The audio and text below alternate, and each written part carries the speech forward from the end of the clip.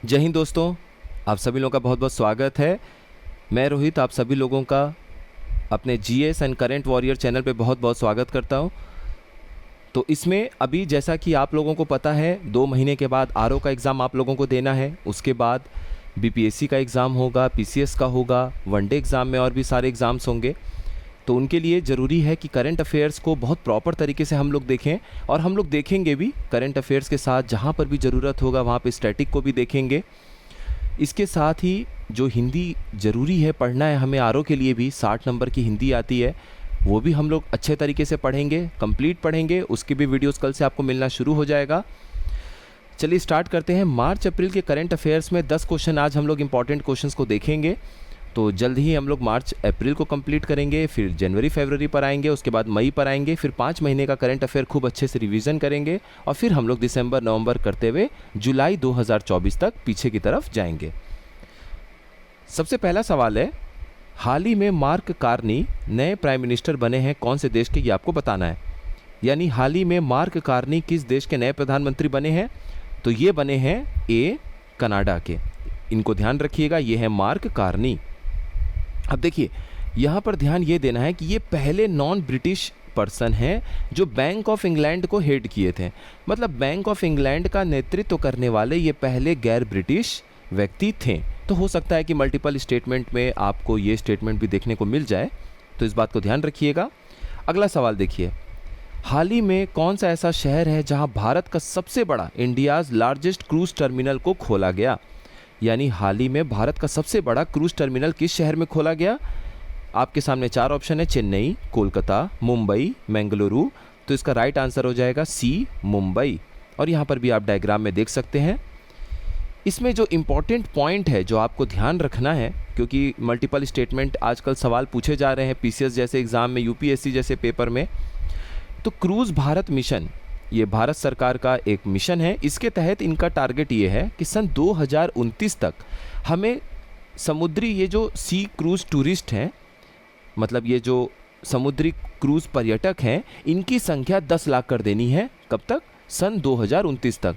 यानी कि अभी आपका 2025 चल रहा है, 2029 आ गया मान लीजिए, तो 2029 में सरकार को ये दिखने चाहिए कि 10 लाख पर्यटक क्रूज़ का सफ़र कर रहे हैं, क्रूज़ का आनंद उठा रहे हैं। ऐसे 10 लाख पर्यटक हमारे कम से कम होने चाहिए। अगर ऐसा हो जाता है तो क्रूज़ भारत मिशन के तहत सरकार का टारगेट पूरा हो जाएगा। अगले सवाल पर आते हैं। देखिए यहाँ पर आपके पास 2 ऑप्शन दिया हुआ है, आपको बताना है कौन सा विकल्प सही है कौन सा गलत है। सबसे पहला स्टेटमेंट, यूएस के वाइस प्रेसिडेंट जेडी वेंस, उन्हें गार्ड ऑफ ऑनर दिया गया, उनके पहले ऑफिशियल विजिट जो भारत पर वो थे। दूसरा, उनका ये जो मेडन ऑफिशियल विजिट था ये 21 अप्रैल 2025 को हुआ था। पहला स्टेटमेंट, अमेरिकी उपराष्ट्रपति जेडी वेंस को भारत की अपनी पहली आधिकारिक यात्रा के दौरान गार्ड ऑफ ऑनर दिया गया। ये स्टेटमेंट बिल्कुल ठीक है। 21 अप्रैल 2025 को उनकी भारत की पहली आधिकारिक यात्रा हुई थी। तो ये दोनों ही स्टेटमेंट बिल्कुल ठीक है, ये ध्यान रखिएगा। और इसका राइट आंसर क्या हो जाएगा? ए, बोथ 1 और 2 आर करेक्ट, यानी 1 और 2 दोनों सही। अगला सवाल देखिए, हाल ही में कौन सा ऐसा राज्य है जो भारत का पहला राज्य बन गया है शेड्यूल कास्ट सब कैटेगराइजेशन को इम्प्लीमेंट करने वाला। यानी हाल ही में कौन सा राज्य अनुसूचित जाति उपवर्गीकरण लागू करने वाला पहला राज्य बन गया है। उपवर्गीकरण का सिंपल सा मतलब ये है कि जैसे शेड्यूल कास्ट में तेलंगाना में 15% लोगों को 15% शेड्यूल कास्ट के तहत रिजर्वेशन दिया जाता है शेड्यूल कास्ट के लोगों को। तो इन्होंने कहा कि इसमें बहुत सारी ऐसी जातियां हैं जिनको बहुत लाभ मिला है, बहुत सारी ऐसी जातियां हैं जिनको लाभ नहीं मिला है। तो हम इसमें भी शेड्यूल कास्ट के अंदर कुछ हिस्सा कर देंगे, उपवर्गीकरण कर देंगे, जिसमें कुछ जातियों को हम मौका देंगे, अलग से रिजर्वेशन हम सबको देंगे। तो जिनको ज़्यादा मौका मिला है उनको कम रिजर्वेशन देंगे, जिनको कम मौका मिला है, जिनको अभी मुख्य धारा में जोड़ने के लिए हमें ज़्यादा मेहनत करने की आवश्यकता है, उन्हें हम ज़्यादा प्रतिशत का रिजर्वेशन शेड्यूल कास्ट के तहत हम अंदर देंगे। तो इसको उपवर्गीकरण कहते हैं। हमें उपवर्गीकरण शेड्यूल कास्ट में अभी तक किसी के द्वारा, राज्य के द्वारा नहीं देखने को मिला। ये ऐसा लागू करने वाला पहला जो है ये तेलंगाना है। उनके सीएम को आप लोग देख सकते हैं, रेवंत रेड्डी जी को। तो यही बात है यहाँ पर कि इसका एम यही है कि 15% जो शेड्यूल कास्ट रिजर्वेशन है वो 59 उपजातियाँ हैं, उनको 3 हिस्से में बांट दिया गया है। यहाँ पर देखिए न्यूज़ में आपको देखने को मिलता होगा लोकुर समिति के बारे में, जो कि 1965 में बना था। अब स्टैटिक में वो अचानक से आपसे किसी समिति का नाम पूछ देंगे और आपको लगेगा कि कहीं से भी रैंडम फैक्ट उठकर आ गया। तो कहीं से भी फैक्ट उठकर नहीं आता है, करेंट से जोड़कर आता है। भारत सरकार ने एक एडवाइजरी समिति स्थापित की शेड्यूल कास्ट और शेड्यूल ट्राइब्स के लिस्ट को रिवाइज करने के लिए। यानी 1965 में भारत सरकार ने अनुसूचित जातियों और अनुसूचित जनजातियों की सूचियों के संशोधन पर एक सलाहकार समिति का गठन किया था, जिसे हम लोकुर समिति के नाम से जानते हैं। इसको ध्यान रखिएगा। आपके सामने फिर से 2 स्टेटमेंट आ गया। पहला स्टेटमेंट, हाल ही में जो 6वां बीमस्टेक शिखर सम्मेलन यानी कि समिट है, ये 4 अप्रैल 2025 को बैंकॉक थाईलैंड में हुआ था। ये बिल्कुल सही स्टेटमेंट है। दूसरा, जो थीम था बीमस्टेक का, 6वें बीमस्टेक समिट का, वो था prosperous, resilient and open BIMSTEC. यानी जो हाल ही में 6वां बीमस्टेक शिखर सम्मेलन हुआ था, ये 4 अप्रैल 2025 को बैंकॉक थाईलैंड में आयोजित किया गया था। ये स्टेटमेंट बिल्कुल ठीक है। और दूसरा जो विषय है वो है समृद्ध, लचीला और खुला बीमस्टेक। तो ये भी बिल्कुल सही पॉइंट है। दोनों स्टेटमेंट बिल्कुल ठीक है। इसका आंसर हो जाएगा ए। 1 और 2 दोनों सही। अब यहाँ पर जो हमें बहुत ध्यान देना है, गौर करना है, वो ये कि बीमस्टेक बैंकॉक विजन 2030 इसे अपनाया गया और ये इस तरह का पहला कोई डॉक्यूमेंट है, एक विजन डॉक्यूमेंट है। विजन डॉक्यूमेंट का मतलब क्या होता है कि आप आगे के लिए कुछ अपना एक भविष्य टाइप का देख रहे हैं, बीमस्टेक को लेके कुछ भविष्य देख रहे हैं, कुछ योजना बनाना चाह रहे हैं, तो विजन डॉक्यूमेंट आप जारी करते हैं। तो बीमस्टेक का पहली बार इस तरह का बैंकॉक विजन 2030 स्थापित किया गया। अगला सवाल, हाल ही में 4th एडिशन हुआ bilateral amphibious exercise tiger Trump 2025 का भारत और कौन से देश के बीच में, जो कि काकीनाडा आंध्र प्रदेश में पड़ता है, वहाँ पर ये 11 अप्रैल को हुआ था। यानी हाल ही में भारत और किस देश के बीच द्विपक्षीय उभयचर अभ्यास टाइगर ट्रम्प 2025 का 4था संस्करण 11 अप्रैल 2025 को काकीनाडा, जो कि आंध्र प्रदेश में, वहाँ पर संपन्न हुआ और ये भारत और यूएसए यानी कि अमेरिका के बीच में संपन्न हुआ था। ये इंपॉर्टेंट है, इन चीज़ों को आप ध्यान रखिएगा।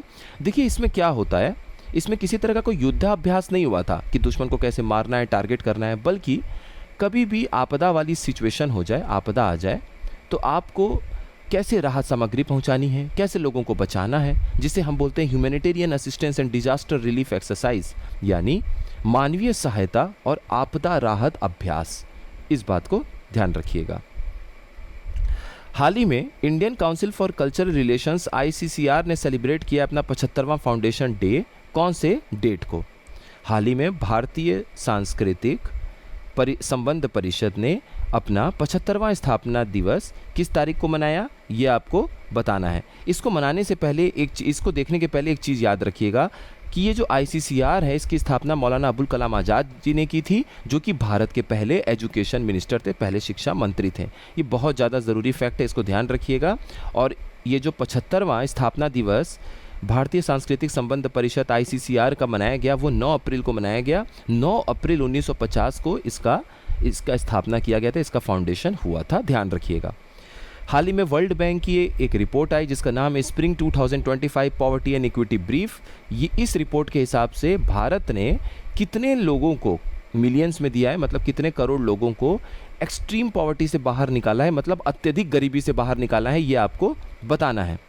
तो अत्यधिक गरीबी से कितने लोगों को बाहर निकाला गया है, तो 171 मिलियन यानी 17 करोड़ 10 लाख लोगों को भारत में अत्यधिक गरीबी एक्सट्रीम पॉवर्टी से बाहर निकाला गया है। ये बात याद रखिएगा। ये आप मेंस के फैक्ट में भी लिख सकते हैं, ये आप प्रीलिम्स में भी आप अच्छे से इसका आंसर दे सकते हैं, कहीं भी फैक्चुअल क्वेश्चन के रूप में अगर आएगा तो जो एक्सट्रीम पॉवर्टी है, अत्यधिक गरीबी है, ये 16.2% थी 2011-12 में, जो कि अब घटकर 2022-23 में 2.3% हो गई है। एक और इम्पॉर्टेंट फैक्ट है जो आपको पता होना चाहिए, वो ये कि वर्ल्ड बैंक ने अंतर्राष्ट्रीय बेंचमार्क यानी कि अंतर्राष्ट्रीय मापदंड के हिसाब से एक फिक्स किया है कि अगर एक दिन में आप $2.15 से भी कम कमाते हैं 2017 के हिसाब से, 2017 में जितनी महंगाई रही होगी, एक एवरेज प्राइस इन्होंने निकाला कि अंतर्राष्ट्रीय दाम कितना होगा, सारे देशों का एक एवरेज निकाला मिला के पैसे को महंगाई के हिसाब से, और बोला कि 2017 के हिसाब से अगर आप एक दिन में $2.15 से कम कमाते हैं तो आप अत्यधिक गरीबी यानी कि एक्सट्रीम पॉवर्टी में अपना गुजारा कर रहे हैं, इतना ध्यान रखिएगा। अगला सवाल, हाल ही में 12th एडिशन हुआ है एक मिलिट्री एक्सरसाइज का जिसका नाम है एक्सरसाइज खंजर। 10 से 23 मार्च 2025 तक ये चला। भारत और कौन से देश के बीच में ये आपको बताना है।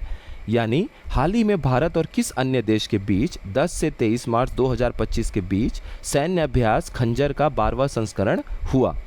तो ये भारत और आपका किर्गिस्तान बी ऑप्शन, ये भारत और किर्गिस्तान के बीच में एक्सरसाइज खंजर का आयोजन किया गया। 10वां प्रश्न, कौन से शहर में भारत का पहला पब्लिक प्राइवेट पार्टनरशिप मॉडल के तहत ग्रीन वेस्ट प्रोसेसिंग प्लांट की स्थापना की गई स्वच्छ भारत मिशन अर्बन के तहत। यानी स्वच्छ भारत मिशन शहरी के तहत भारत का पहला सार्वजनिक निजी भागीदारी जिसे हम पीपीपी मॉडल बोलते हैं, उसके तहत ग्रीन वेस्ट प्रोसेसिंग प्लांट किस शहर में स्थापित किया गया। आपके सामने 4 ऑप्शन है और आपको पता है कि ये कौन सा आंसर हो जाएगा, इंदौर, क्योंकि इंदौर जो है वो हमेशा स्वच्छ भारत मिशन अर्बन के तहत पहला प्राइज जीतता आ रहा है। तो ये हमारा 10 इंपॉर्टेंट क्वेश्चन यहाँ कंप्लीट हो गया। याद रखिएगा 55,000 स्क्वायर फीट में 55,000 स्क्वायर फीट की ज़मीन पर लगभग ये आपका बिचौली हापसी एक जगह है, बिचौली हापसी इंदौर में एक जगह है, वहीं पर इसकी स्थापना की जा रही है। हो सकता है इतनी डिटेल में वो लोग क्वेश्चन ना पूछें, लेकिन अगर ये शब्द आपको देखने को मिला इंदौर में कहाँ पर, तो ध्यान रखिएगा क्योंकि आजकल प्रश्न थोड़े से टेढ़े भी पूछे जा रहे हैं, कंपटीशन काफ़ी टफ है इसलिए। तो ये 10 सवाल हमारे पार्ट 1 कंप्लीट होते हैं। मिलते हैं हम लोग नेक्स्ट पार्ट में जिसमें हम 10 के आगे अगले 10-15 और अच्छे इंपॉर्टेंट क्वेश्चंस को देखेंगे। मार्च और अप्रैल को कंप्लीट करने के बाद फिर हम लोग जनवरी फरवरी को कंप्लीट करेंगे और उसके बाद फिर मई पे आएंगे। ये 5 महीने हमारे लिए बहुत इंपॉर्टेंट है, खास तौर पर जब आरओ, पीसीएस इन सब एग्ज़ाम्स की हम लोग बात करेंगे। कोई भी आप लोगों की प्रतिक्रिया है, कुछ भी आप लोगों को अपनी बात रखनी है, तो कमेंट बॉक्स आपके लिए हमेशा खुला हुआ है। अपने शब्दों के प्रति जिम्मेदार होते हुए, जिम्मेदारी उठाते हुए अपनी आलोचना, अपनी बात, अपने डाउट, अपने प्रश्न आप ज़रूर पूछिएगा। आप सभी लोगों का बहुत बहुत धन्यवाद। आपका दिन शुभ हो।